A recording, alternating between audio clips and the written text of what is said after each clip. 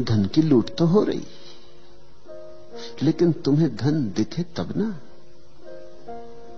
नदी बही जा रही लेकिन तुम्हें प्यास लगे तब ना, तो तुम पियो। प्यासे को नदी दिखाई पड़ती, और प्यासे को नदी हजारों मील दूर भी बह रही हो तो भी वो यात्रा करके नदी तक पहुंच जाता है। और गैर प्यासे के सामने, घर के सामने से बहती हो गंगा तो भी दिखाई नहीं पड़ती। ख्याल रखना, तुम्हें वही दिखाई पड़ता है जिसकी तुम खोज कर रहे हो। जिसे तुम देखने निकले हो वही दिखाई पड़ता है। कहते हैं चमार जब रास्ते पर चलते लोगों को देखता है तो उसे सिर्फ लोगों के जूते दिखाई पड़ते, सिर्फ जूते दिखाई पड़ते हैं। जूते ही खोजने चला है, जूतों से हिसाब लगाता रहता है। जूता देख के पहचान लेता है चमार, करीब करीब तुम्हारे जूते से तुम्हारी पूरी आत्मकथा पहचान लेता। जूते की खस्ता हालत बता देती है कि शायद हार गए चुनाव में इस बार। जूते पे चमक, दर्पण जैसी चमक दिखा देती कि मालूम होता जीत गए। जूते की चमक बता देती है कि जेब गर्म है कि ठंडी। जूते की हालत बता देती है कि बुलाए, तुम्हारे साथ मेहनत करे कि गुजर जाने दे। जूते की हालत बता देती है कि भैया गुजर ही जाओ तो अच्छा, कहीं और ही चले जाओ तो अच्छा, यहां न लौट आना, नहीं तो उधारी करोगे। चम्हार जूते को देखता है। चम्हार जूता देखने को ही बैठा है, उसकी नजर वहां लगी। दर्जी तुम्हारे कपड़े देखता है, दर्जी तुम्हें नहीं देखता, तुम्हारे कपड़े ही दिखाई पड़ते। तुम जो खोजने निकले हो वही तुम्हें दिखाई पड़ता है। इस सत्य को खूब गहराई में पकड़ो। वही रास्ता, वही सड़क, वही बाजार, तुम अलग अलग बार निकले हो और तुम्हें अलग अलग दुकानें वहां दिखाई पड़ी। तुमने कभी सोचा? जीवन के छोटे छोटे तथ्यों पर विचार करो और वहां से बड़े तथ्यों की पकड़ आएगी। जब तुम भूखे होते हो तो भोजनालय और रेस्तरां और होटल यही दिखाई पड़ते। उपवास करके एक दिन जाओ बाजार में और तुम पाओगे अरे इतने रेस्तरां हैं, इतनी होटलें, इतनी दुकानों पर भोजन बिक रहा है। ये तुम्हें कभी ख्याल में ना आया था। तुम भरे पेट निकले थे, ख्याल में आने का कोई कारण न था।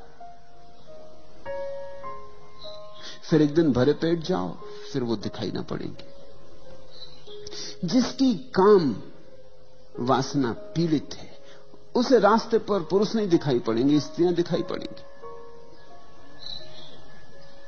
उसे पुरुष छूट ही जाएंगे, पुरुषों को वो मद्देनजर कर जाएगा। वो गुजरेंगे जरूर लेकिन उनकी कोई छाप ना बनेगी। लेकिन जिसकी काम वासना तृप्त है उसे स्त्री पुरुषों से कोई भेद नहीं पड़ेगा। और जो काम वासना के पार जा चुका है उसे तो यह भी भेद करना मुश्किल हो जाएगा कि कौन स्त्री है कौन पुरुष है। स्त्री पुरुष का भेद तुम तभी तक करते हो जब तक तुम्हारे भीतर तलाश है, तुम्हारे भीतर वासना प्रदीप्त है। नहीं तो कौन चिंता करता है? तुमने ख्याल किया? तुम वही देखते हो जो तुम खोज रहे हो। तो पलटू तो कहते हैं कि भागवत धन की लूट हो रही, ये सामने ढेरी लगी है, लूट सको तो लूट लो। खड़े खड़े क्या देख रहे हो? पलटू कहते। लेकिन जो खड़े खड़े देख रहा है उसको वहां धन दिखाई नहीं पड़ रहा, उसे वहां कुछ भी दिखाई नहीं पड़ रहा। या ये भी हो सकता है कि जो लूट रहे हैं वो उसे पागल मालूम होते हो, क्योंकि जब उसे धन नहीं दिखाई पड़ता और ये टूटे पड़ रहे हैं तो पागल ही तो मालूम होंगे। ये किस चीज पर टूटे पड़ रहे हैं? यहां कुछ भी तो नहीं है। उसे लगेगा ये सब मन की कल्पना के जाल में पड़ गए। ऐसी तो होता है, तुम यहां बैठे हो, जो लोग यहां नहीं है वो तुम्हें पागल समझते, वो पागल समझेंगे ही। वो कहेंगे किस कल्पनाओं में पड़े हो। अरे यथार्थ जगत को देखो, किस सम्मोहन में उलझ गए हो, किसकी बातों में उलझ गए हो। ये सब बातें हैं, इनमें मत उलझ जाना, नहीं तो घर गृहस्थी खराब हो जाएगी। बाल बच्चों को देखो, पत्नी को देखो, परिवार को देखो, अपने कर्तव्य का ध्यान रखो, यथार्थ को देखो। ये किन बातों में पड़े हो? इतना समय दुकान पर लगाओ, बाजार में लगाओ, कुछ कमाओ। कमाई हाथ में आएगी तो कुछ काम आएगी। ये धर्म चर्चा, तत्व चर्चा, ये किस काम में आएगी? इसकी रोटी बनाओगे कि कपड़े बनाओगे, किससे छप्पर बनाओगे? इससे बच्चों का पेट नहीं भरेगा और न पत्नी के लिए साड़ी खरीद सकोगे। किस झंझट में पड़ गए हो? लोग तुम्हें समझाते हैं, लोग तुम्हें कहते होंगे अभी भी लौट आओ, अभी ज्यादा नहीं गए हो, नहीं फिर पीछे लौटना मुश्किल हो जाएगा, कहीं ज्यादा मत उतर जाना इसमें, होश हवास न खो देना, औरों ने खो दिया है। उनकी बात भी ठीक तो है, उनकी तरफ से ठीक ही है। अब यहां लोग मेरे पास आए हैं, दूर दूर से आए, कोई जापान से है, कोई जर्मनी से है, कोई ईरान से है, कोई इथोपिया से है, कोई अमेरिका से है, कोई स्वीडन से आया है, कोई इंग्लैंड से है, कोई इटली से है। दूर दूर से लोग आए, करीब करीब जमीन के हर तरफ से लोग यहां मौजूद हैं, सिर्फ चीन और रूस को छोड़ के, क्योंकि वहां से आ नहीं सकते। लेकिन मेरे पड़ोसी भी हैं यहां पूना में, वो नहीं आए। वो समझते हैं सब पागल हो गए हैं, इनका दिमाग खराब हो गया है। और उनकी बात में भी सच्चाई है, उनकी तरफ से सच्चाई है। उनको यहां कुछ दिखाई नहीं पड़ता, यहां धन लुट ही नहीं रहा है। धन तो वे कमा रहे हैं, तुम तो यहां बैठे बैठे धीरे धीरे निर्धन हो जाओगे। तुम्हें लग रहा है कि तुम धन लूट रहे हो, तो एक बात समझो, धन और धन भी तो देखना पड़ता है। जिन्हें बाहर की वस्तुओं में धन दिखाई पड़ता, उन्हें भीतर की वस्तुओं में धन नहीं दिखाई पड़ता। जिन्हें भीतर की वस्तुओं में धन दिखाई पड़ जाता, उन्हें बाहर की वस्तुओं में धन नहीं दिखाई पड़ता। बुद्ध ने अपना राजमहल छोड़ा तो उनके सारथी ने, जब उन्हें छोड़ने गया जंगल में, उसने उनके पैर पकड़ लिए। सारथी ने, बूढ़ा सारथी, बचपन से बुद्ध को रथ पर घुमाया किया है, बचपन से बुद्ध को बढ़ते हुए देखा है, उसका भी बेटे जैसा लगाव है बुद्ध से। उसने बुद्ध के पैर पकड़ लिए और कहा कि ये क्या कर रहे हो, जंगल में कहां जा रहे हो? इस महल को छोड़कर, इस संगमरमरी महल को छोड़कर, उस सुंदर यशोधरा को, तुम्हारी पत्नी को छोड़कर, उस नए नए पैदा हुए बेटे राहुल को छोड़कर, अपने बूढ़े बाप को छोड़कर तुम जा कहां रहे हो? तुम बूढ़े बाप के हाथ की लकड़ी हो, और ये सुंदर महल और ये सारा वैभव जंगल में मिलेगा क्या? तुम मुझसे पूछो, मुझ बूढ़े से पूछो, मैं जंगलों में खूब भटका हूं, वहां कुछ भी नहीं है। और दुनिया तो महलों की तरफ जाना चाहती। तुम्हारा दिमाग ठीक है, तुम महल से छोड़ के जा रहे हो। कौन नहीं जो राजा ना होना चाहे, और तुम राजा होना तुम्हारे हाथ में और छोड़ के जा रहे हो। वो बूढ़ा रोने लगा। उसकी बात भी तो ठीक है, उस बूढ़े को जंगलों में कुछ भी नहीं दिखाई पड़ता, उसे सब महल में दिखाई पड़ता है। गरीब आदमी का धन महल में मालूम होता है। ये तो कभी किसी अमीर को समझ में आता है कि महल में कुछ भी नहीं। ये तो किसी अमीर के अनुभव में बात उतरती कि यहां कुछ भी नहीं, क्योंकि देख लिया, कुछ पाया नहीं। शोरगुल तो बहुत है, सार बिल्कुल नहीं। बुद्ध हंसने लगे। उन्होंने कहा, तू तेरी तरफ से ठीक कहता है, लेकिन मेरी तरफ से वहां कुछ भी नहीं।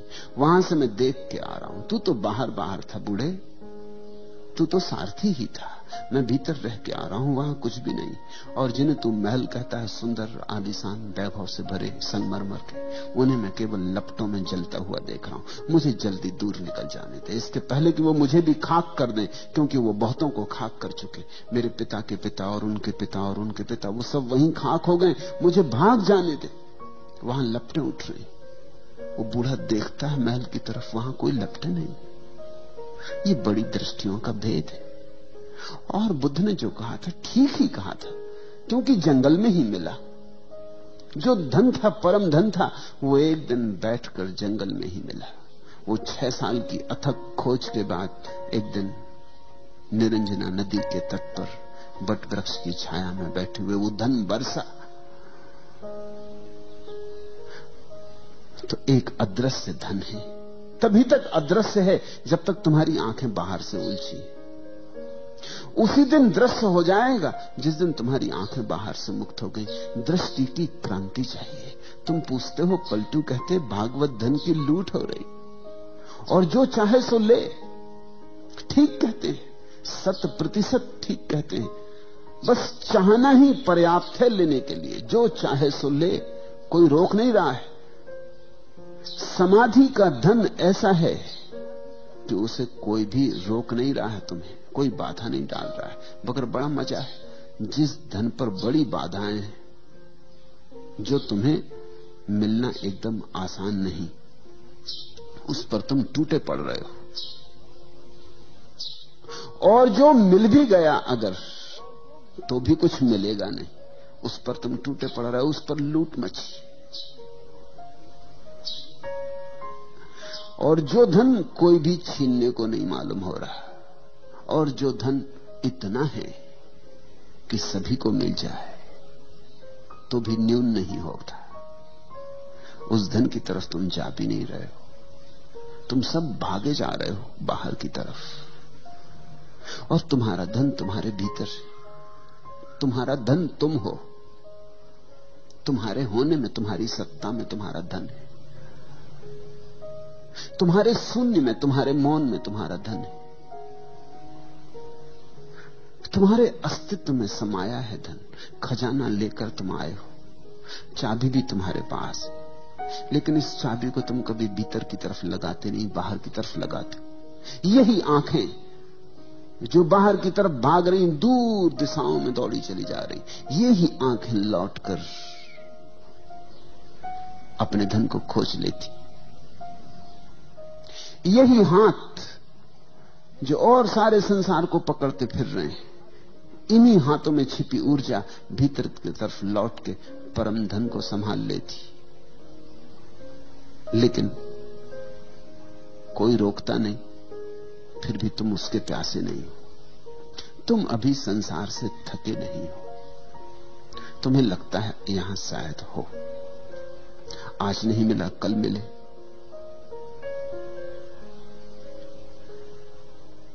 जितना मिला है शायद इतने से तृप्ति नहीं हो रही, थोड़ा और ज्यादा मिले तो तृप्ति हो जाए। 10,000 तुम्हारे पास है तो शायद 10 लाख होंगे तो तृप्ति हो जाएगी। 10 लाख होंगे तो मन कहेगा 10 करोड़ हो जाए तो तृप्ति हो जाएगी। और मन के फैलाव का कोई अंत नहीं। मन आंकड़े बड़े करता चला जाता है। तुम जहां रहोगे वहीं से मन के आंकड़े बाहर और भविष्य की तरफ विस्तीर्ण हो जाएंगे। मन क्षितिज की तरफ फैलता चला जाता। मन कभी भी तुम्हें ऐसा मौका न देगा कि अब आगे नहीं।